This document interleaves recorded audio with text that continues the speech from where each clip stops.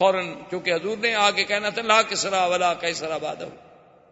تو یہ سارے انتظامات جو کیے جا رہے ہیں کہ کہیں کنگرے گر رہے ہیں اور روشنی آتی ہے تو روشنی سے سیدھا قصور شام کے محل دکھائے جاتے ہیں، کیونکہ میرے مدنی کی ابتدا مکہ سے تھی، مہجر مدینہ تھا اور انتہا شام تھی. کیونکہ حضور صلی اللہ علیہ وسلم کو معراج کہاں سے ہوا؟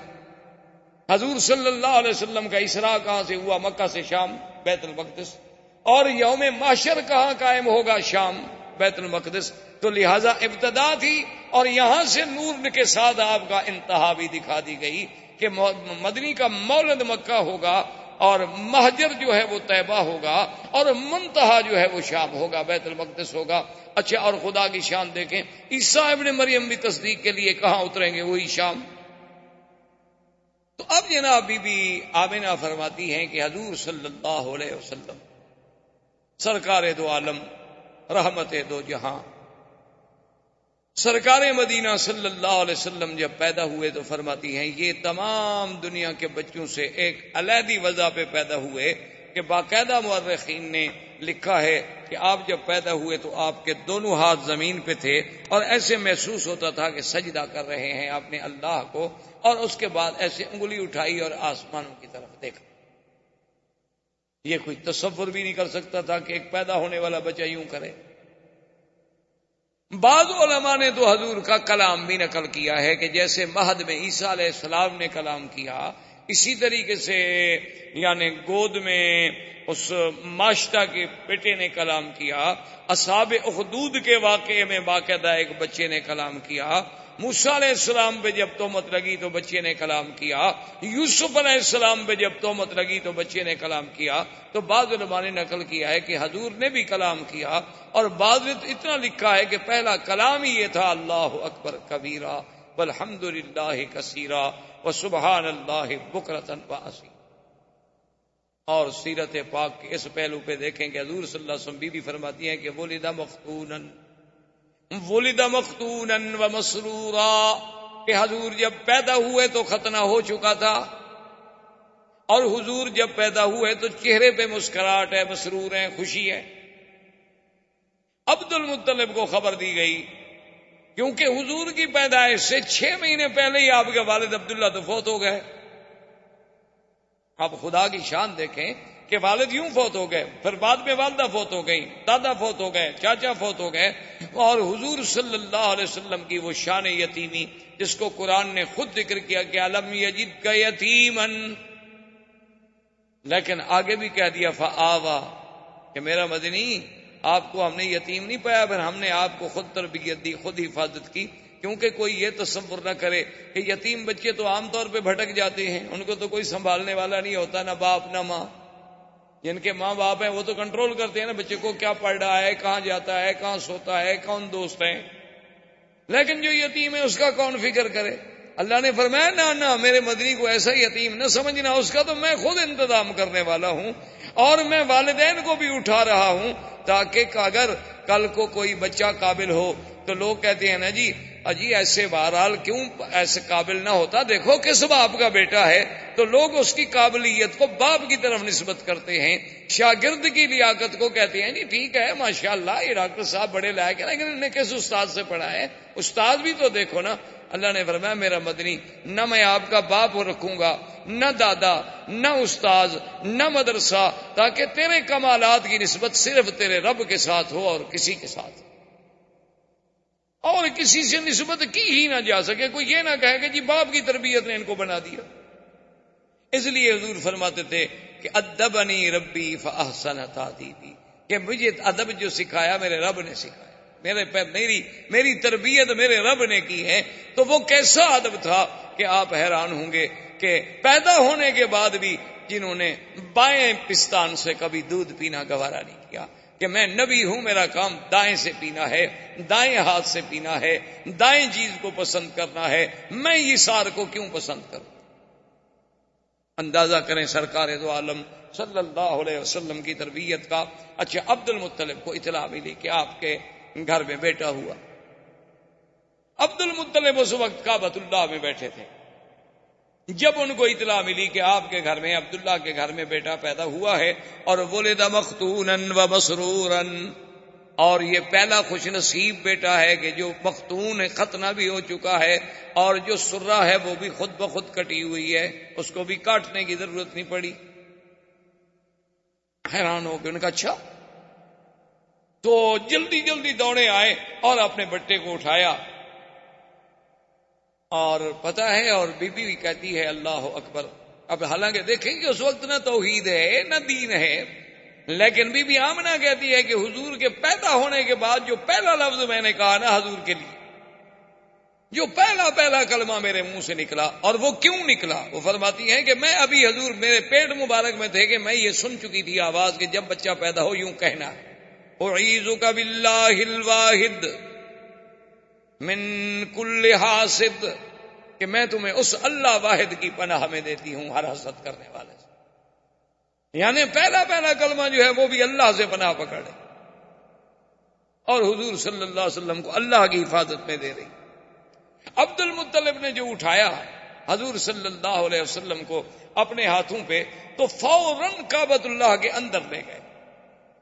عبد المطلب لے کے آئے اور سب سے پہلے کعبے کے اندر لے گئے، اور کعبے کے اندر جا کے اللہ تبارک و تعالیٰ سے دعا کی کہ مولا میرا بیٹا عبداللہ تو فوت ہو گیا ہے، لیکن اتنے جو تو نے شان والا بچہ مجھے عطا فرمایا ہے تو اس کی حفاظت فرما، اس سے دنیا کے ہر شر سے، دنیا کے ہر حسد سے، دنیا کے ہر عناد سے محفوظ فرما، اور اس کو عظمتیں عطا فرما۔ کعبۃ اللہ کے اندر دعا کر کے واپس آئے، اور آ کے بی بی آمنہ سے کہا کہ خیال رکھنا، اس کا چہرہ مجھے بتا رہا ہے کہ ان ابنی ھذا لشان، اس میرے بیٹے میں کوئی بات ضرور ہونی ہے، یہ ہے کوئی شان والا بچہ۔ اور اسمیہ محمدا، میں آپ کا نام محمد تجویز کرتا ہوں۔ اور سرزمین عرب میں یہ رواج تھا کہ جب بچہ پیدا ہوتا تھا تو وہ خود دودھ نہیں پلاتی تھی مائیں، دودھ پلانے کے لیے انہیں دیہاتوں میں بھیجا جاتا تھا، دور بھیجا جاتا تھا شہروں سے،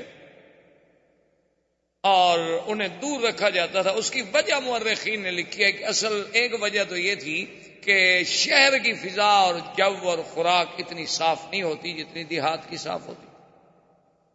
دیہات کی فضا بھی قدرتی بات ہے صاف ہوتی ہے، اور ہوا بھی اور غذا بھی۔ اب بھی دیکھ لیں آپ، شہر میں آپ کو وہ نعمت میسر نہیں آ سکتی، جب آپ اپنے علاقوں میں، اپنے وطن میں، دیہات میں جاتے ہوں گے تو عجیب سی بات ہوتی۔ یعنی آپ، مجھے ایک دفعہ میں سفر کر رہا تھا تو ہمارا علاقے کے ساتھ ہی، جسے آپ کہتے ہیں نا سہارا، یا آپ کے ہندوستان میں بھی راجستھان کا جیسے علاقہ ہے، وہ بھی اسی طرح ہمارے ساتھ بھی پاکستان میں راجستھان کے سہارا کا علاقہ ہے، اور وہ ہمارے ڈسٹرکٹ سے قریب ہے۔ تو وہاں کچھ دوستوں نے، انہوں نے کہا کہ حضرت آپ آتے ہیں اور جلسہ، سفر، تقریر، درس، صبح درس، مغرب کو درس، عشاء کو درس، رات کو جلسہ، پھر سفر، تو کم از کم آپ ایک دن 2 دن دیں تاکہ ہم آپ کو یہاں کو ہرن ورن کا شکار کھلائیں، یہ کریں وہ۔ خیر میں نے کہا اب 2 دن والی بات تو ہو نہیں سکتی، ایسا کریں گے چلو کبھی آپ کے ساتھ شکار کیا ہم نے کھیلنے ہیں، تو رات کو آ جائیں گے۔ تو وہاں جب میں گیا تو میں کہنے کا مقصد یہ تھا کہ مجھے اتنی جناب گلے میں تکلیف، نزلہ، زکام، تھکان، اتنی بدن ٹوٹ رہا ہے۔ اب وہاں جا کے یاد آیا کہ بھئی وہ اتفاق سے وہ دوائیوں کا بیگ بھی میں نے ساتھ ہی رکھا، کیا کھاؤں کیا نہ کروں، اب صحرا ہے، روئی کا علاقہ ہے، ٹیلوں پہ بیٹھے ہوئے، نہ گھر ہے نہ کچھ ہے۔ تو ان سے میں نے کہا کہ بھئی کیا، انہوں نے کہا جی ابھی آپ کا علاج کرتے ہیں۔ وہ جناب گھی لے آئے خالص، اور اس کے انہوں نے کہا کہ جی یہ 2-3 فنجان بھر کے پی جائے۔ میں نے کہا میں نے زندگی میں 1 تولہ گھی نہیں پیا، پیدا ہونے کے بعد پتہ نہیں ماں شاہ نے کھلا دیا ہو مکھن وکھن تو وہ تو یاد نہیں، اس کے بعد تو مجھے یاد نہیں آتا۔ انہوں نے کہا حضرت آپ پیے، میں نے کہا اللہ کے بندے گھی پینے سے میرا نزلہ ٹھیک ہو جائے، میں تو اور مر جاؤں گا۔ انہوں نے کہا جی آپ پیئے تو صحیح۔ خیر بہرحال زبردستی مجھے انہوں نے پلا دیا۔ آپ یقین فرمائیں کہ میں نے زندگی میں اتنا اچھا گھی اور اتنا اچھا اس کا ذائقہ، خوشبو، اور جناب انہوں نے کہا جی اب آپ تو جائیں، کہاں تھکان گئی، کہاں ہمارا نزلہ گیا، کہاں گلے کی خشکی، کہاں وہ خراش، وہ ٹھیک ٹھاک۔ انہوں نے کہا جی ہمارے ہاں تو یہی علاج ہوتا ہے۔ میں کہا یار یہ عجیب علاج ہے یار۔ تو مقصد کہنے کا یہ تھا کہ وہ جب اتنی صاف ہوتی ہے، خوراک اتنی صاف ہوتی ہے، وہ گھی اتنی اصلی ہوتی ہے کہ اس میں ملاوٹ کا تصور نہیں ہوتا، تب اپنے بچوں کو بہر۔ اور دوسری وجہ یہ تھی کہ شہر کی زبان صاف نہیں رہتی، جیسے غذا صاف نہیں رہتی اسی طرح زبان صاف نہیں رہتی۔ کوئی حاجی آیا، کوئی کہاں سے آیا، کوئی کہاں سے آیا، کوئی کہاں سے آیا، ایک ایک لفظ، آدھا آدھا لفظ، ایک ایک جملہ چھوڑ گیا۔ اب آپ یہاں دیکھتے ہیں نا عربی لکھی ہوتی ہے ناشی و نال، یہ کون سی عربی ہے؟ نیشنل کا ترجمہ جو نہیں کر پائے بیچارے، کہ اب نیشنل کا کیا ترجمہ کرنے کا، جو اسی کو ناشی و نال بنا دو، تویوتا، بوتو، جو مرضی ہے اپنا بنا لے، کہاں سے؟ اچھا اب جناب وہ جو بناتے ہیں نا جی، وہ صبح انڈے کو ایسے مار مار کے چھوٹے، اس کا نام ہے شکشوکا۔ کہاں سے آ گیا جی شکشوکا؟ کو عربی کا لفظ ہے دنیا میں شکشوکا۔ پیزا کون سی عربی ہے جی؟ پیزا یہ تو اٹالین پراٹھے کا نام ہے پیزا، یہاں کون سی عربی میں آ گیا پیزا؟ یہ اس لیے کہ زبان بگڑتی ہے، جب باہر کو لوگ آتے ہیں تو اپنی کچھ برائیاں تو ہمیں دے جاتے ہیں، اچھائیاں مکے والوں کی لے جاتے ہیں اور برائیاں وہ یہاں چھوڑ جاتے ہیں۔ تو اس لیے بھی لوگ جو تھے وہ شہروں سے اپنا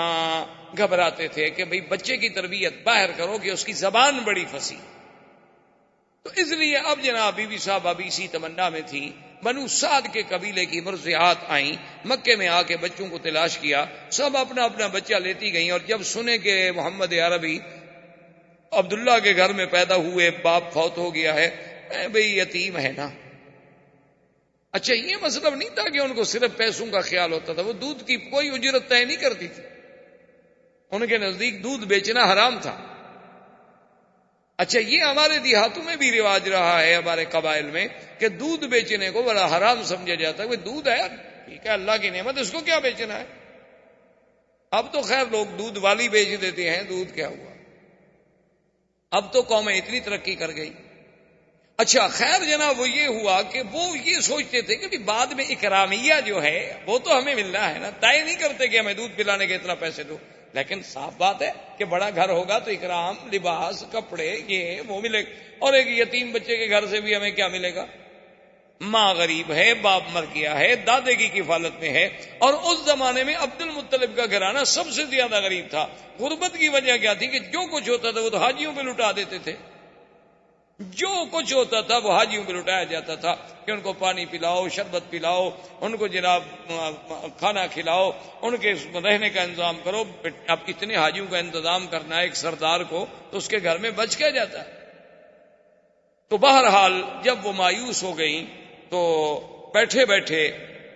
حلیمہ نے، جو حضور صلی اللہ علیہ وسلم کی مرضعہ ہیں، دایا ہیں، اپنے شوہر سے کہا، ان کے شوہر کا نام حارث، اپنے شوہر سے کہا کہ مجھے کوئی بچہ نہیں ملا، اور میں یہ بھی نہیں چاہتی کہ سب لوگ تو بچے لے جائیں اور میں بغیر بچے کے جاؤں، تو اب ایسا کیوں نہ کریں کہ ہم اس یتیم بچے کو لے لیں۔ اس نے کہا کہ ٹھیک، اچھی بات ہے، جب اور کوئی نہیں ملا تو چلو خالی رہنے سے تو بہتر ہے کہ کوئی بچہ تو ہم لے جائیں۔ بی بی حلیمہ آئی، آگے دیکھا تو عبد المطلب بیٹھے ہیں، انہوں نے پوچھا کون ہو؟ انہوں نے کہا میں مرضعہ ہوں، میں سنا ہے کہ بچہ ہے، یتیم ہے، اور وہ میں لینا چاہتی ہوں۔ انہوں نے کہا دیکھ لو کہ وہ یتیم ہے، ان کے والد فوت ہو گئے، اور تمہیں پتا ہے کہ ہم سرداری کی وجہ سے اور خدمت حجاج کی وجہ سے اتنے تنگ دست ہیں، شاید تمہاری خدمت نہ کر سکیں، لیکن ایک بات میں تمہیں بتاؤں، ایسا بچہ تمہیں کبھی نہیں ملے گا۔ اور اس کے بعد انہوں نے پوچھا ما اسمک، تیرا نام کیا ہے؟ تو بی بی کہتی ہے میں نے کہا حلیمہ۔ نے کہا قبیلتک، تمہارا قبیلہ کون سا ہے؟ نے کہا بنو سعد۔ تو فرح فرحن شدیدہ، حضرت عبد المطلب بڑے خوش ہو گئے، کہنے لگے اسمک حلیمتی حلیمہ و قبیلتک سعد و ابنی محمدہ، تمہارا نام حلیمہ حلم سے ہے اور قبیلہ سعد سعادت سے ہے، لیکن میرا بیٹا بھی تو پھر محمد ہے صلی اللہ علیہ وسلم۔ اور بی بی حلیمہ کہتی ہیں کہ میں اندر گئی تو حضور صلی اللہ علیہ وسلم ایک سبز ریشمی کپڑا تھا جو اماں نے نیچے بچھایا ہوا تھا، اور اس پہ حضور ایسے سیدھے لیٹے ہوئے تھے، اور فرماتی ہے کہ اتنا جمال تھا، اتنا حسن تھا، اور اتنی چہرے پہ تبسم تھا کہ میں تو ڈر گئی کہ میں ان کو اٹھا کے نیند سے بیدار کر کے ایسے اس منظر کو کہیں ضائع نہ کر بیٹھوں۔ میں اب ڈر کے مارے ہاتھ نہ لگاؤں کہ چلو سونے دو میرے پاک نبی صلی اللہ علیہ وسلم، کہ اتنی پیار سے لیٹے ہوئے ہیں کہ نظریں آسماں کی طرف ہیں، چہرے پہ تبسم ہے، اور رنگ ایسا میں نے نہیں دیکھا، جمال ایسا میں نے نہیں دیکھا۔ تو میں نے بی بی آمنہ سے پوچھا کہ آپ کا یہ بیٹا، اس نے کہا تمہیں پتا ہے کہ ولد مختونن، یہ تو پیدا ہی مختون ہوا ہے، یہ تو پیدا ہی مسرور ہوا ہے۔ ان ابنی ھذا لشان، میرے اس بیٹے کو اللہ نے کوئی مقام دینا ہے، حلیمہ اگر بچہ لینا ہے تو ذرا خیال سے لے جانا۔ اور حلیمہ بی بی کی سواری کیا تھی؟ یہ گدھا۔ بعض روایات میں اونٹنی کا ذکر ہے، لیکن بعض روایات میں گدھا کا ذکر۔ اچھا، اب جناب عجیب شان دیکھیں کہ جب وہ آئے، سواری چونکہ ایک تھی، آگے اس کا شوہر بیٹھا، اصولی سی بات تھی کہ خامن جو ہیں وہ آگے بیٹھتے ہیں اور عورتیں پیچھے بیٹھتی ہیں، آج کل تو نہیں، یعنی اس زمانے کی میں بات کر رہا ہوں، یہ حضور صلی اللہ علیہ وسلم کے اس دور ولادت کی بات ہے۔ تو بہرحال وہ حارث جو تھا وہ سواری پہ آگے بیٹھا، اور اس کے بعد ان کی بیوی پیچھے۔ اب بیوی پیچھے بیٹھے گی تو حضور کو تو آخر وہ گود میں لے گی نا۔ اچھا، جب گود میں لے کے بیٹھی، سواری نہیں چلتی، وہ سواری کھڑی نہ ہو۔ اب بیوی کہتی ہے میں حیران ہو گئی، پہلے ہماری سواری کمزور تھی، اب اور یہ ہو گیا کہ بھئی اتنا بچے کا بوجھ تو نہیں ہو سکتا کہ اس کی وجہ سے یہ نہ چلے۔ تو کہتی ہیں کہ میں نے کہا اپنے شوہر سے کہ ایسا کرو کہ سواری ایک تو کمزور ہے، دوسرا شہر میں آنے کے بعد بھی سواری جو ہے جانور پر اثرات ہوتے ہیں، ابھی تم اس کو آگے پکڑ کے چلاؤ، جب باہر نکل جائیں گے پھر تم بیٹھ جانا۔ تو جب میرا خاوند اترا، اس نے آگے پکڑا تو چل پڑی، اور جب ہم شہر سے نکل گئے ہم نے پھر سواری کو بٹھا دیا، پھر اسی طرح بیٹھے، پھر وہ رک گئی۔ میں نے کہا کیا بات ہے؟ تو حارث کہنے لگا کہ آمنہ معلوم ہوتا ہے کہ یہ بچہ کوئی ایسے شان والا ہے کہ اس کو اس کا مالک پیچھے نہیں بیٹھنے دیتا، اس کو آگے ہی بٹھانا ہوگا،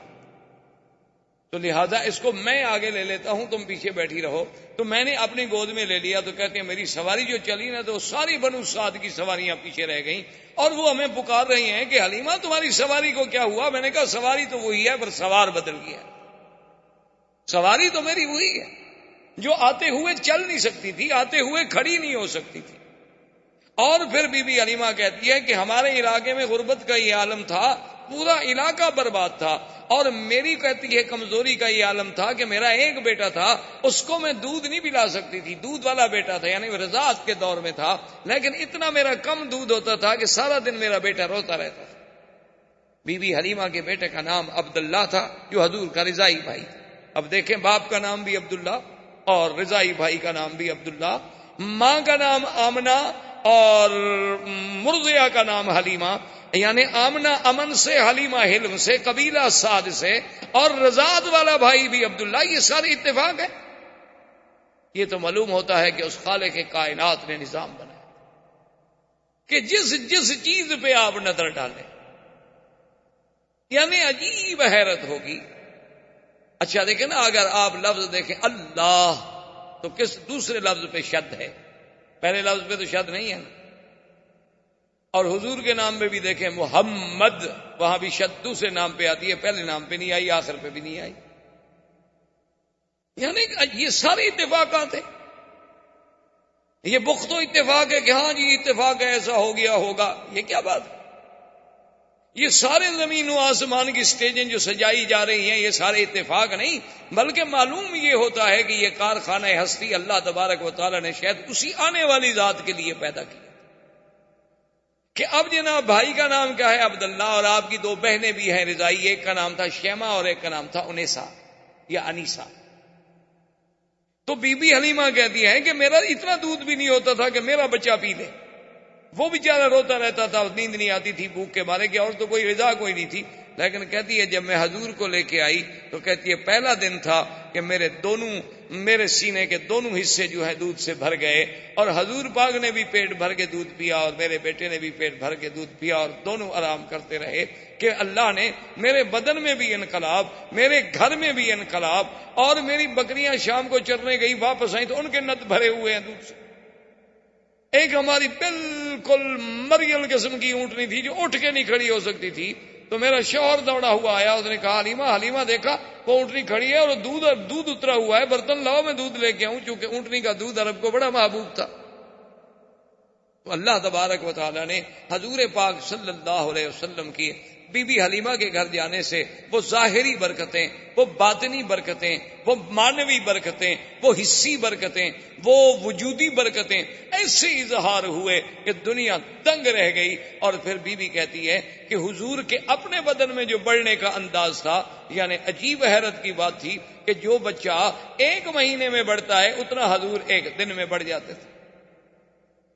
یعنی بی بی صاحبہ فرماتی ہیں جب حضور کی عمر 2 سال کی ہوئی ہے تو آپ 6 سال کے نظر آتے تھے، اور حضور صلی اللہ علیہ وسلم نے 4 مہینے کی عمر میں بولنا شروع فرما دیا، اور اتنے فصیح لفظ کہ اب دیکھیں نا، حضرت ابو بکر صدیق خود قریشی ہے، خود اہل مکہ ہیں۔ کبھی کبھی انہوں نے ایک دفعہ حضور صلی اللہ علیہ وسلم سے کہا کہ یا رسول اللہ صلی اللہ علیہ وسلم، مجھے بڑی حیرت ہوتی ہے کہ کبھی آپ ایسا لفظ بولتے ہیں کہ ہم عرب ہیں، کرشی ہیں، لیکن ہمیں بھی سمجھ نہیں آتا اس کا ترجمہ۔ تو حضور نے فرمایا کہ ابو بکر ایسا کیوں نہ ہو، ایسا کیوں نہ ہو، ولدت فی قریش وربیت فی بنو سعد، اللہ نے مجھے قریش میں پیدا کیا اور بنو سعد جیسے قبیلے میں میں نے وہاں تربیت پائی، میں نے وہاں دودھ کا زمانہ گزارا۔ اگر میری زبان فصیح نہیں ہوگی تو پھر کس کی زبان فصیح؟ تو اللہ تبارک و تعالی آپ کو بھی اور مجھے بھی حضور کی سیرت پر عمل کرنے کی توفیق عطا فرمائے۔ زندگی باقی تو بات باقی۔ اللہم صلی علی سیدنا محمد وعلی آل سیدنا محمد کما صلیت علی ابراہیم وعلی آل ابراہیم فی العالمین انک حمید مجید۔ برادران اسلام، جیسا کہ الحمدللہ آپ کو علم ہے کہ چند دنوں سے ہم سیرت رسول پاک صلی اللہ علیہ وسلم کے ضمن میں کچھ باتیں کہہ رہے ہیں اور سن رہے ہیں۔ سب سے پہلے درس اول میں جزیرہ عرب کے حالات پہ بات کی گئی کہ حضور صلی اللہ علیہ وسلم سے قبل جزیرہ عرب کا کیا حال ہے۔ اس کے بعد حضور صلی اللہ علیہ وسلم کی بعثت کے مطابق جو مبشرات تھے، جو اشارات تھے، جو ارہاسات تھے، جو کنایات تھے،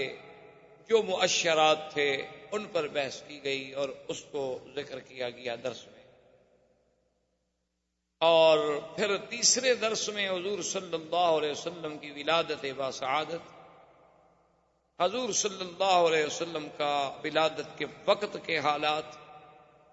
حضور صلی اللہ علیہ وسلم کے ولادت کے وقت کے معجزات، اور حضور صلی اللہ علیہ وسلم کے لیے اسم محمد کا تجویز ہونا، یہ ذکر کیا گیا۔ اور پھر حضور کی رضاعت، حضور صلی اللہ علیہ وسلم کا بی بی حلیمہ سعدیہ کے پاس تشریف لے جانا، جیسے عرب کی یہ عادت تھی کہ بچوں کو ولادت کے بعد دیہات میں، جنگلوں میں، دور افتادہ آبادیوں میں بھیجا کرتے تھے تاکہ خالص غذا ملے، خالص لغت ملے، ان کی لغت بھی فصیح ہو، ان کی صحت بھی بہتر ہو، اور شہر کی آلودگیوں سے بچ جائیں، اور ان کی زبانوں میں بھی کسی قسم کا خلل نہ آئے۔ اس بنا پر حضور صلی اللہ علیہ وسلم کو بھی بی بی حلیمہ جو قبیلہ بنو سعد کی مرضیہ تھی، دودھ پلانے والی تھی، وہ ان کے نصیب میں حضور صلی اللہ علیہ وسلم کی ولادت آئی، رضاعت آئی، اور وہ ان کو لے کر اپنی بستی بنو سعد میں، جو قبیلہ بنو سعد مکے اور طائف کے درمیان میں ایک جگہ تھی، وہاں لے گئے۔ اسی ضمن میں ہم نے یہ بھی ذکر کیا تھا کہ حضور صلی اللہ علیہ وسلم کے رضائی بھائی بھی تھے عبداللہ، اور آپ کی ایک رضائی بہن بھی تھی جن کا نام شیمہ۔ تو اب بی بی حلیمہ فرماتی ہے کہ حضور صلی اللہ علیہ وسلم کے آنے کے بعد ایسی ایسی برکات کا ظہور ہوا کہ جس کا ہم تصور بھی نہیں کر سکتے، کہ ہمارے گھروں میں جو قحط کا عالم تھا اللہ نے برکتیں پیدا فرما دی۔ بی بی حلیمہ فرماتی ہیں کہ میرا اپنا دودھ اتنا نہیں ہوتا تھا کہ میرا اپنا بچہ جو ہے وہ پی لے اور اچھی طرح نیند لے سکے، لیکن حضور صلی اللہ علیہ وسلم کے آنے کے بعد اللہ نے میرے دودھ میں بھی اتنی اضافہ کر دیا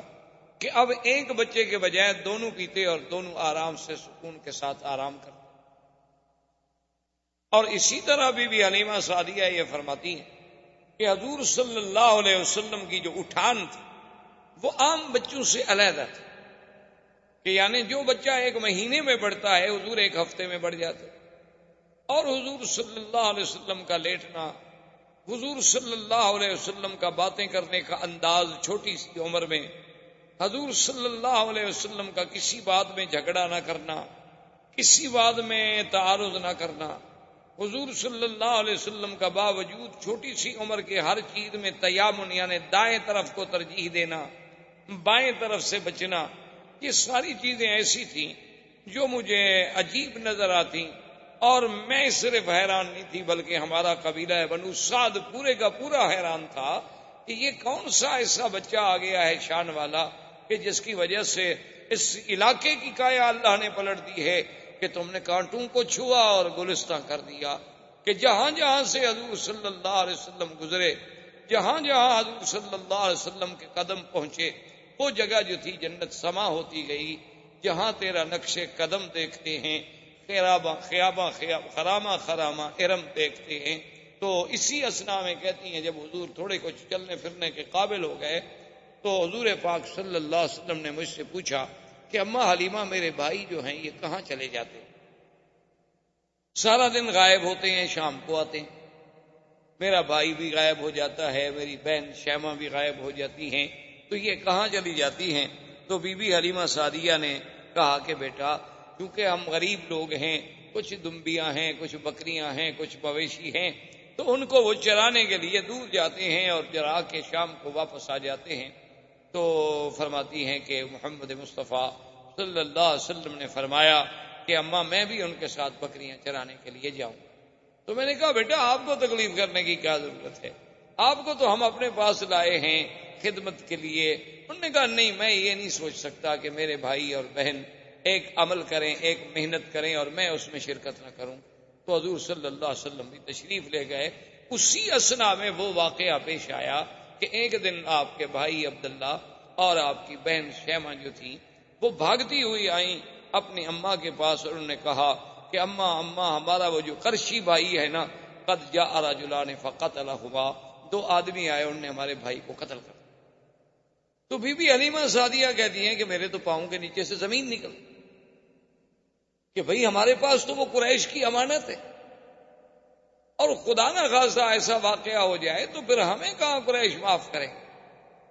تو کہتی ہیں کہ میں نے شور مچایا اور میں بھاگی، میرا خامن دوڑے، اس کے بعد ہمارے قریب کے جو رشتہ دار تھے وہ دوڑے، اور ہم جب دوڑے پہنچے تو ہم نے دیکھا کہ ایک درخت کے نیچے ایک ٹہنی پکڑ کر سرکار دو عالم سرکار مدینہ صلی اللہ علیہ وسلم کھڑے ہیں۔ آپ کے چہرے مبارک کا رنگ البتہ متغیر، رنگ جو ہے محسوس ایسے ہوتا ہے کہ جیسے رنگ اڑا ہوا۔ تو ہم نے جلدی سے جا کے بی بی حلیمہ نے سینے سے لپٹایا کہ یا حبیبی و یا ولدی، اے میرے بیٹے خدا تجھے ہر دشمن سے محفوظ رکھے، کیا ہو گیا؟ اس نے کہا اماں کوئی ایسی بات نہیں ہے، بات اتنا ہے کہ میں ایسے کھڑا تھا، وقت نزل رجلان، ایسے اوپر سے معلوم ہوا کہ 2 بندے آئے اور بڑا سفید لباس انہوں نے پہنا ہوا تھا، اور انہوں نے آ کر مجھے پکڑا، پکڑنے کے بعد مجھے سلا دیا، اور میں سب کچھ دیکھ رہا تھا، اور ایک بڑی تست تھی سونے کی، اور اس تست میں کیا کیا تھا اللہ عالم۔ پھر انہوں نے مجھے لٹانے کے بعد میرے سینے مبارک کو یہاں سے لے کر کھولا بالکل عین ناف تک، کھولنے کے بعد انہوں نے میرے دل مبارک کو نکالا، اور میں یہ ساری کاروائی دیکھ بھی رہا ہوں، یعنی یہ سارا آپریشن، اور پھر دل مبارک کا باہر آ جانا، یعنی آج دنیا جس کو اپنے سرجری کا معراج سمجھتی کہ ہم نے سرجری میں وہ مقام حاصل کر لیا ہے کہ ہم دل کا معاملہ ٹھیک کر لیتے ہیں، والو بدل لیتے ہیں، بائی پاس ہو جاتا ہے، دل کو باہر نکال لیتے ہیں، دل کو سیف رکھنے کے لیے اندر ایک مشین فٹ کر دیتے ہیں، متبادل دل لگانے کی باتیں اور سب ہو، لیکن آپ اندازہ کریں کہ 1400 سال پہلے جبکہ کوئی وسائل نہیں، کوئی ہسپتال نہیں، کوئی آپریشن تھیٹر نہیں، کوئی انتظامات نہیں، تو یہ تو آپریشن جو ہے نوری مخلوق کر رہی ہے اور الہی حکم سے ہو رہا ہے کہ آپریشن کرنے والے بھی کون ہیں؟ اللہ کے فرشتے ہیں، ملک ہیں، جبرائیل و میکائیل ہیں، اور جس ذات کا آپریشن کیا جا رہا ہے وہ کون ہے؟ محمد رسول اللہ صلی اللہ علیہ وسلم۔ تو کہتے ہیں کہ حضور صلی اللہ علیہ وسلم، اور کمال یہ ہے کہ آپ کی کوئی بے ہوشی نہیں، آپ کو کسی دوائی سے کسی چیز سے اتنا زیر اثر نہیں کیا گیا کہ آپ بے ہوش ہو جائیں، کہ اتنا بڑا سینے کا چیر دینا، اتنا بڑا کھول دینا، پھر دل مبارک کا نکالنا، نکال کے باہر دھونا۔ اور سب سے بڑی بات یہ ہے کہ حدیث مبارک میں یہ بھی آتا ہے کہ اس دل میں کوئی چھوٹا سا ایک ٹکڑا تھا، وہ بھی نکال کے انہوں نے باہر پھینک دیا، اور یہ بھی کہا کہ ھذا حظ شیطان، وہ حصہ چھوٹا سا نکال کے باہر ڈال دیا گیا، اور پھر سینہ مبارک میں دل مبارک رکھا گیا اور پھر اس کو سیا گیا۔ تو بی بی حلیمہ یہ باتیں سن رہی ہیں، اور ان کے لیے تو یہ سمجھ سے بالا تر بات ہے نا کہ کسی بچے کو اس طرح، اور ایسا دنیا میں کون سا آپریشن ہے کہ جو لمحوں میں ہو جائے اور لمحوں میں ٹھیک ہو جائے، لیکن کہتے ہیں کہ وہ آثار جو تھے سلائی کے، نشان جو تھے وہ باقی تھے۔ اچھا اللہ چاہتے تو یہ نشان بھی مٹ جاتے۔ جو خداوند قدوس اتنی بڑا آپریشن اپنے پاک نبی کا کرا سکتے ہیں ملائکہ کو بھیج کر، نشان بھی مٹ جاتے، لیکن نشان مٹ جاتے تو منکرین کو انکار کا ایک بہانہ مل جاتا کہ کافروں کو تو آپ چھوڑیے، بڑے بڑے مسلمانوں نے بھی شک کے صدر کا انکار کیا ہے۔ انہوں نے کہا کہ یہ جو کہتے ہیں کہ سینہ مبارک شک ہوا، یہ روایات ایسی نہیں ہے کہ ہم جس پر ایمان لے آئیں، کیونکہ حدیث مبارک تو لکھی ہی حضور کے 250 سال بعد گئی ہے۔ یہ شک کے صدر ہونا، سینے کا چیرا جانا، دل مبارک کا باہر نکال لینا، پھر دل کو دھونا، دھونے کے بعد دل کو اندر رکھ دینا، اور بغیر اسباب ظاہریہ کے، اتنی بڑی بات جو ہے۔ انہوں نے کہا اصل میں مولویوں کو دھوکہ لگا ہے کہ انہوں نے شک کے صدر کو حقیقت پہ محمول کر دیا، حالانکہ معنی یہ تھا کہ اللہ نے اپنے نبی کا دل مبارک جو ہے کھول دیا، یعنی اس کو باتیں سمجھنے کے لیے، علوم غیبیہ کی باتوں کو پہچاننے کے لیے، علوم قرآن کی حقیقت و گہرائیوں میں ڈوبنے کے لیے اللہ نے سینہ کھول دیا۔ وہ کہتے ہیں جیسے محاورے میں آپ کہتے ہیں جی ماشاء اللہ فلاں عالم کی جب تقریر سنی نا، اللہ نے بھائی ان کا تو واقعی سینہ کھول دیا، ایسے بہ رہے تھے جیسے کوئی دریا بہ رہا ہو، حالانکہ نہ دریا بہ رہا ہوتا ہے اور نہ سینہ کھلا ہوتا ہے۔ انہوں نے کہا یہ محاورہ۔ تو بعض مسلمان اپنے آپ کو مسلمان کہلانے والوں نے بھی شک کے صدر کا انکار کر دیا۔ انہوں نے کہا کوئی شک کے صدر نہیں، بلکہ یہ شرح صدر ہے، شک کے صدر نہیں۔ لیکن بات یاد رکھیں کہ شک کے صدر کی روایات بخاری و مسلم کی روایات ہیں، سیاح کی روایات ہیں، اور وہ اتنی تواتر کو پہنچی ہوئی روایات ہیں کہ جن کا ہم انکار نہیں کر سکتے۔ اور پھر صحابہ کا صرف یہ نہیں ہے کہ بھی روایات کا ذکر ہو، بلکہ صحابہ کا حضور کے آثار نشانات کو بھی دیکھ کے گواہی دینا کہ ٹانکے کے نشان ہم نے اپنی آنکھوں سے دیکھے۔ حضور کے خادم جو ہیں حضرت انس بن مالک رضی اللہ تعالیٰ عنہ، وہ فرماتے ہیں کہ حضور صلی اللہ علیہ وسلم کے سینے مبارک پر جو اثرات تھے اس سلائی کے، وہ میں نے دیکھے ہیں اپنی آنکھوں۔ اور پھر جہاں شرح صدر ہے وہاں قرآن نے تو خود کہا ہے شرح صدر، الم نشرح لک صدرک ووضعنا عنك وزرك الذي انقض ظهرك۔ اور اسی طرح قرآن کہتا ہے فمن يرد الله ان يهديه يشرح صدره للاسلام فهو على نور من ربه۔ اور اسی طرح قرآن نے موسیٰ علیہ السلام کی دعا نقل کی، رب اشرح لي صدری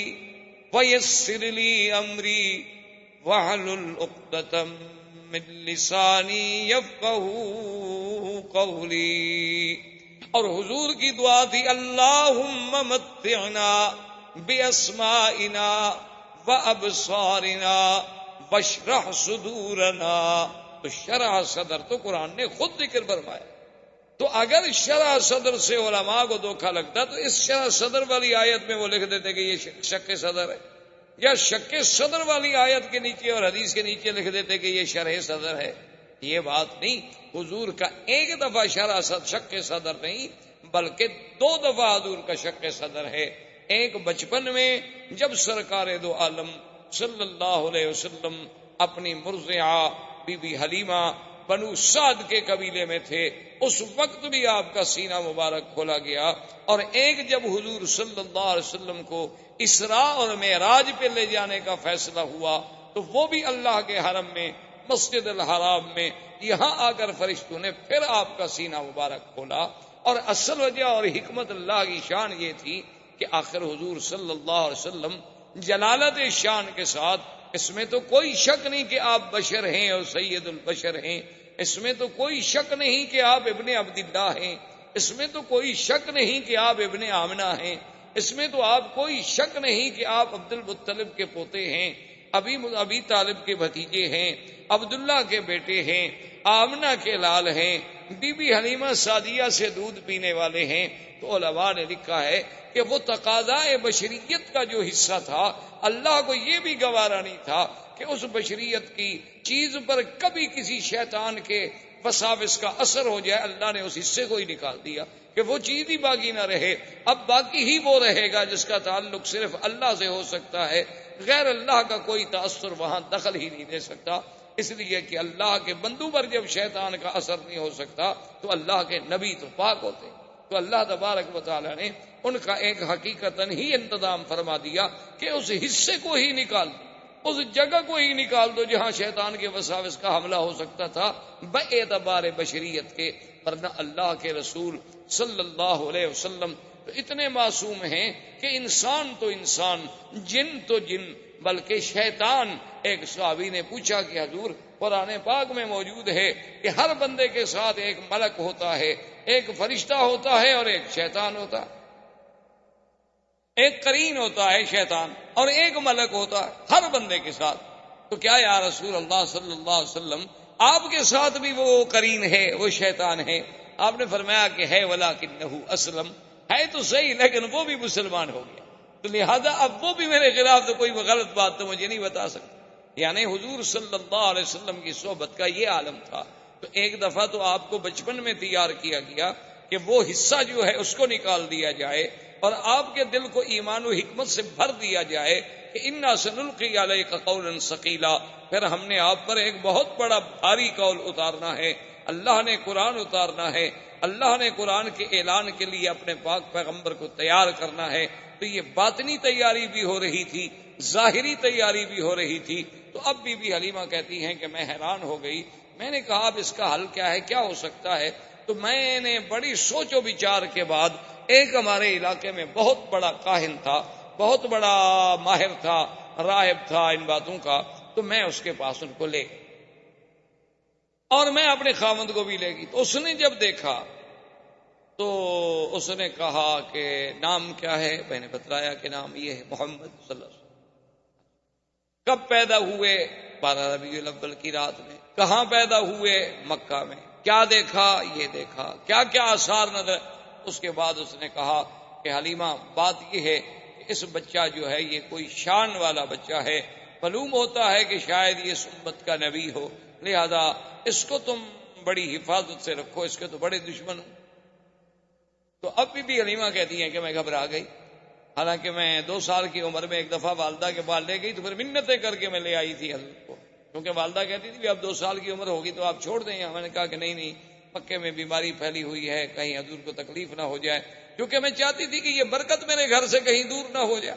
یہ رحمت میرے گھر سے کہیں نہ چلی جائے۔ تو اب میں اتنی گھبرا گئی کہ میں حضور صلی اللہ علیہ وسلم کو لے کے سیدھی بی بی آمنہ کے پاس آئی اور میں نے کہا بی بی اب آپ اپنے بچے کو سنبھالیں، میں اب بچے کی حفاظت نہیں کر سکتا۔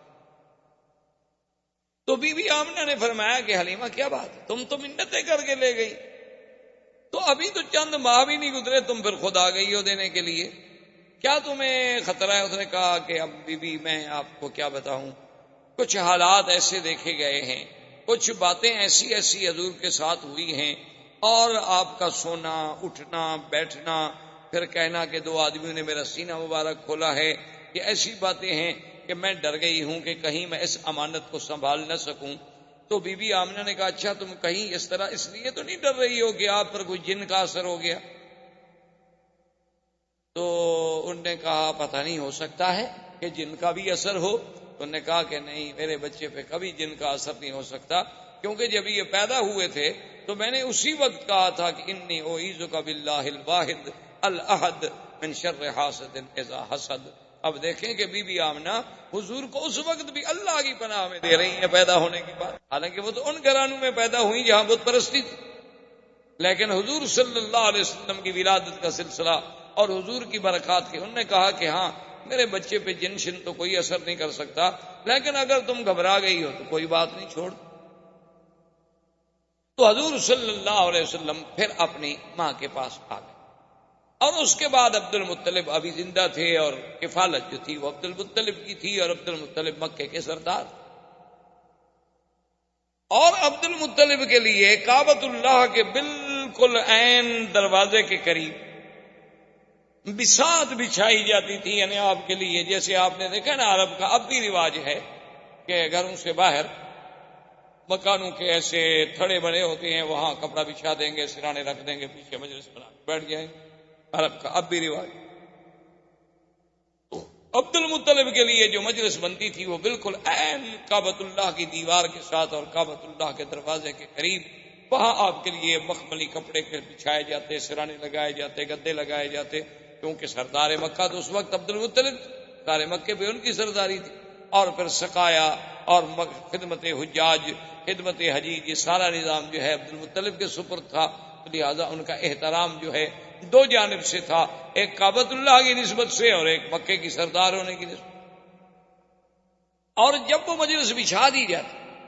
تو کوئی بھی آدمی جب وہاں آتا تو اس کو یہ اجازت نہیں تھی کہ وہ حضور اس عبد المطلب کی اس بساط پہ، اس جگہ پہ بیٹھ جائے، حتیٰ کہ عبد المطلب کے باقی بیٹے جو ہیں وہ بھی کھڑے رہتے تھے، باپ کا انتظار کرتے تھے جب تک والد آئیں وہ آ کے وہاں بیٹھیں۔ لیکن خدا کی شان ہے کہ محمد مصطفیٰ صلی اللہ علیہ وسلم ابھی تو 3-4 سال کی عمر نہیں ہوئی تھی، آپ جب بھی تشریف لاتے تو آ کر فوراً اپنے عبد المطلب دادے کی مجلس پہ بیٹھ جاتے، اور بھائی اگر روکتے بھی تو آپ ان کی توجہ نہ۔ اور عبد المطلب کو جب کہا گیا تو انہوں نے کہا ان ابنی ھذا لشأن، اس میرے بیٹے کے اندر کوئی اللہ نے کوئی شان رکھی ہے ایسی، اس کو منع نہ کیا کرو، اگر یہ میری مجلس پہ بیٹھ جائے تو بیٹھ جائے، میں نیچے بیٹھ جاؤں گا لیکن میں محمد کو نہیں اٹھا سکتا صلی اللہ علیہ وعلا آلہ واصحابہ وسلم۔ تو اب حضور صلی اللہ علیہ وسلم کو یعنی اس ضمن میں آپ کو یہ ایک جہاں وہاں یعنی بی بی حلیمہ کے پاس خالص غذا ملی، خالص لسان ملی، خالص لغت ملی، اور عبد المطلب کے پاس بیٹھ کے سرداری ملی، اور سرداروں کی باتیں، بڑے بڑے سرداروں کا عبد المطلب کے دربار میں آنا، بیٹھنا، باتیں کرنا، انداز کرنا، یہ ساری باتیں جو تھیں اس کی ایک تعلیم دی جا رہی تھی۔ عبد المطلب کے مجلس کوئی معمولی سی مجلس نہیں تھی، اس وقت مکے کا سب سے بڑا سردار، یہ سارا ایک اللہ کی طرف سے نظام۔ اور عبد المطلب کا عالم یہ تھا کہ سردار ہونے کے باوجود پیسہ نہیں ہوتا تھا، چونکہ جب پیسہ آتا تو سخاوت تھی، خرچ ہو جاتا،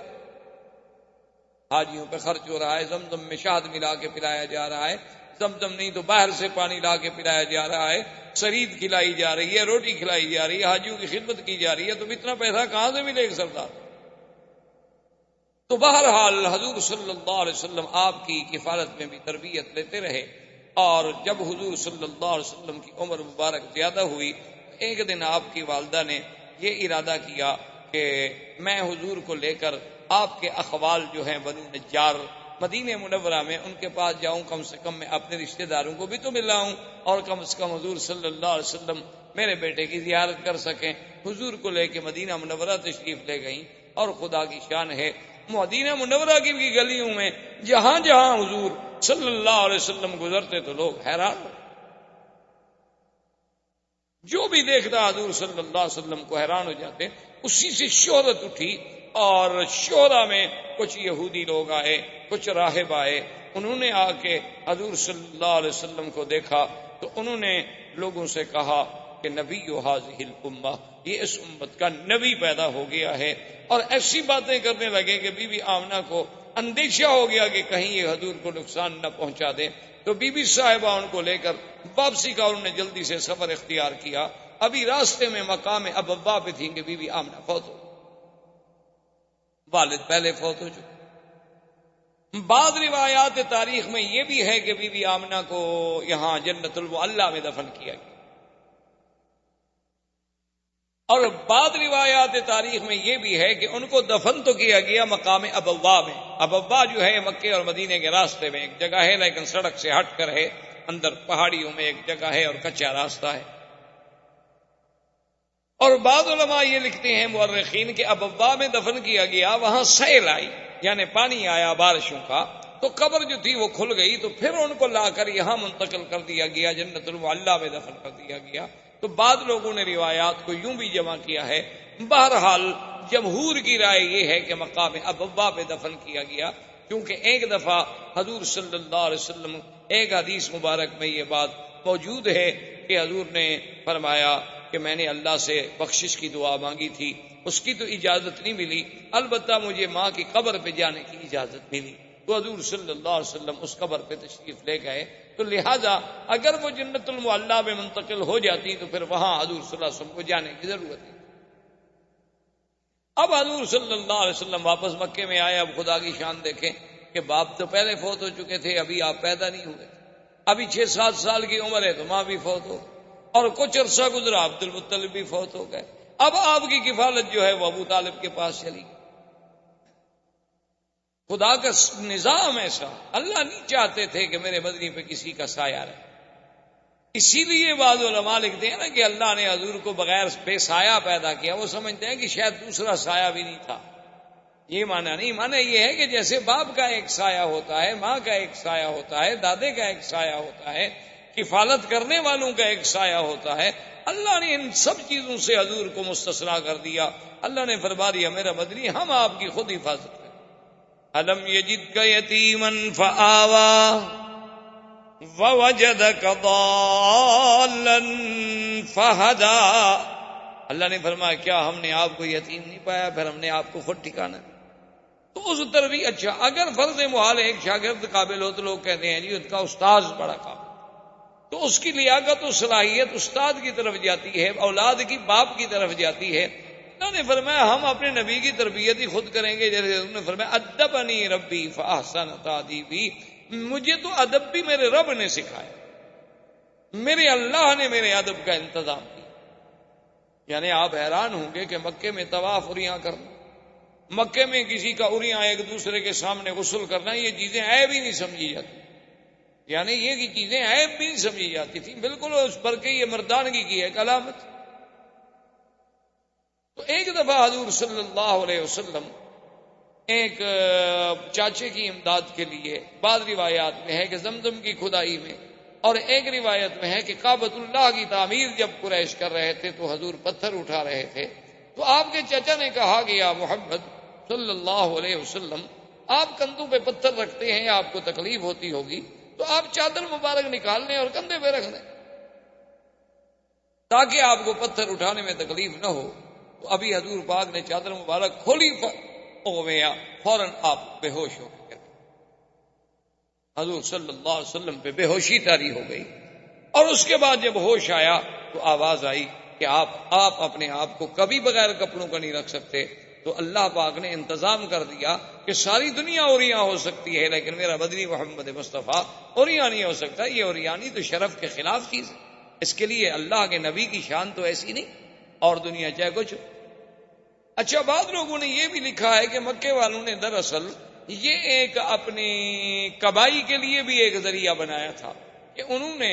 ایک اعلان کر دیا تھا کہ اللہ کے گھر کا کوئی آدمی طواف اپنے کپڑوں میں نہیں کر سکتا، یا تو وہ ہمس سے کپڑے لے، اپنے آپ کو کہتے تھے ہمس کہ ہم جو ہے مجاورین کعبہ ہیں، تو یا تو ہم سے کپڑے لیں اور وہ کپڑے پہن کے طواف کریں، بس صورت دیگر اپنے کپڑوں میں طواف نہیں کر سکتے، پھر بغیر کپڑوں کے طواف کریں۔ تو جو لوگ آتے تو وہ ان سے پیسے، ان سے کپڑے لیتے، تو صاف بات ہے کہ پھر نظر نیاز چڑھاوا تو دینا ہے مجاوروں کو، تو اس کے بعد ان کے پیسے بن جاتے، چاندی بن جاتی، اور جن غریبوں کے پاس پیسے نہ ہوتے وہ کعبۃ اللہ کا اریاں طواف کرتے، چاہے مرد ہوتے چاہے عورتیں ہوتی۔ اور یہ اریاں طواف اس وقت تک ہوتا رہا، حضور کا نبوت مل گئی، اعلان نبوت ہو گیا، حضور کی مکی زندگی، حضور صلی اللہ علیہ وسلم مدینہ منورہ میں تشریف لے گئے 9 ہجری تک، یعنی 9 ہجری تک اللہ تبارک و تعالیٰ کے گھر کا طواف جو ہے وہ بغیر لباس کے اریاں ہوتا رہا۔ تو 9 ہجری میں حضور صلی اللہ علیہ وسلم نے سیدنا علی ابن ابی طالب رضی اللہ تعالیٰ عنہ کو بھیجا، انہوں نے آ کے اعلان کیا کہ اللہ یطوف بالبیت عریان، خبردار آج کے بعد کوئی اللہ کے گھر کا طواف جو ہے عریاں نہیں کر سکتا، اور خبردار کہ آج کے بعد کوئی مشرک اللہ کے کعبے میں داخل نہیں ہو سکتا۔ تو یہ اعلان جو ہے 9 ہجری کو جا کے، لیکن افسوس سے یہ کہنا پڑتا ہے کہ ہم لوگوں نے اس یعنی اللہ کے نبی کے اعلان کو کیسے بدل دیا کہ جیسے اللہ نے حکم دیا تھا نا بنو اسرائیل کو کہ یوم السبت جو ہے مچھلی کا شکار نہ کریں، تو انہوں نے کیا کیا کہ ندیاں نالے بنا کے حوض بنا دیے کہ پانی اور مچھلی تو حوض میں سبت کو آ جاتی، آگے اور پھٹا ڈال کے دروازہ بند کر دیتے، راستہ بند کر دیتے، پکڑ اتوار کو لیتے، کہتے جی ہم نے ہفتے کو تو شکار نہیں کیا، ہم نے تو اتوار کو پکڑا ہے۔ تو آج کل کے مسلمانوں نے بھی نعوذ باللہ ثم نعوذ باللہ اللہ کے نبی کے اس حکم کو ایسا بدلا کہ لباس تو پہن لیا لیکن وہ عریانی سے بھی زیادہ برا ہے۔ اتنا باریک لباس، اتنا باریک کپڑا، یعنی آپ حیران ہوں گے اب یہ جس سے ہم یہ غترہ پہنتے ہیں اس سے اگر عبایا اور پردہ بنایا جائے تو اسے آپ پردہ کہیں گے خدا کے لیے، اسے آپ برقع کہیں، یعنی یہ تو مزید اپنے حسن کو نکھارنے کا ذریعہ ہے کہ کسی کو اگر کالا رنگ سوٹ کرتا ہے وہ کالے رنگ کا برقع بنا لے گی، کسی کو سفید رنگ سوٹ کرتا ہے، سرخ رنگ سوٹ کرتا ہے، سبز رنگ سوٹ کرتا ہے، جو اس کا میچنگ کلر ہے اس کے مطابق وہ اپنے برقعے بنائے گی، اسی کے مطابق اپنی وہ چہرے پہ ڈالنے والی جھلیاں بنائیں گی، اور اسی طرح پھر آنکھوں کے سوراخ رکھے جائیں گے، پھر ناک کو ظاہر کیا جائے گا، یعنی حسن کو اجاگر کرنے کا بہانہ ہے، یہ پردہ نہیں ہے،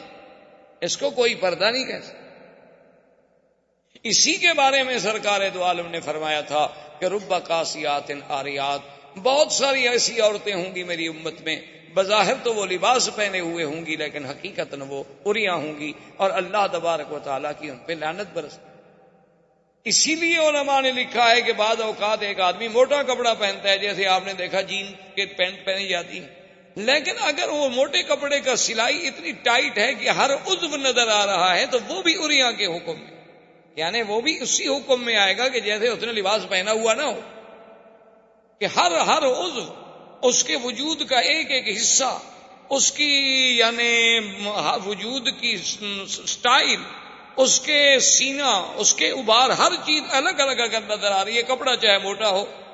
تو وہ بھی عریاں کے حکم میں ہوگا کہ رب کاسیات عاریات، کہ بہت ساری عورتیں ایسی ہوں گی کہ جنہوں نے بظاہر تو لباس پہنے ہوئے ہوں گے، یا ایسی جرابیں پہن لینی جو اس کے رنگ سے ملتی ہوں، پتہ ہی نہ لگ سکے کہ اس کے بدن کا رنگ ہے یا ایک باریک سی جراب چڑی ہوئی ہے اس کے اوپر، ایک ایسا برقع پہنا کہ برقعے سے اور قمیض کے اندر سے جو بنیان کا کلر ہے وہ بھی نظر آ رہا ہو، تو ایسے کپڑے کو آپ کیا کہہ سکتے ہیں کہ یہ کپڑا ساتر ہے؟ یہ کپڑا اس لیے پہنا گیا ہے کہ عورت کا بدن چھپا رہے اور اس پر کسی غیر کی نظر نہ پڑے، یا یہ ایک فیشن ہے کہ مردوں نے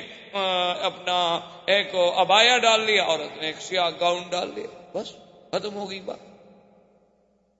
اچھا، بات تو نعوذ باللہ یہ عالم ہے کہ اوپر سے باقاعدہ برقع ہے اور اندر جو ہے منی اسکرٹ ہے، بعض کا اوپر سے برقع ہے اور اندر جو ہے وہی جین پہنے ہوئی ہے مردانہ۔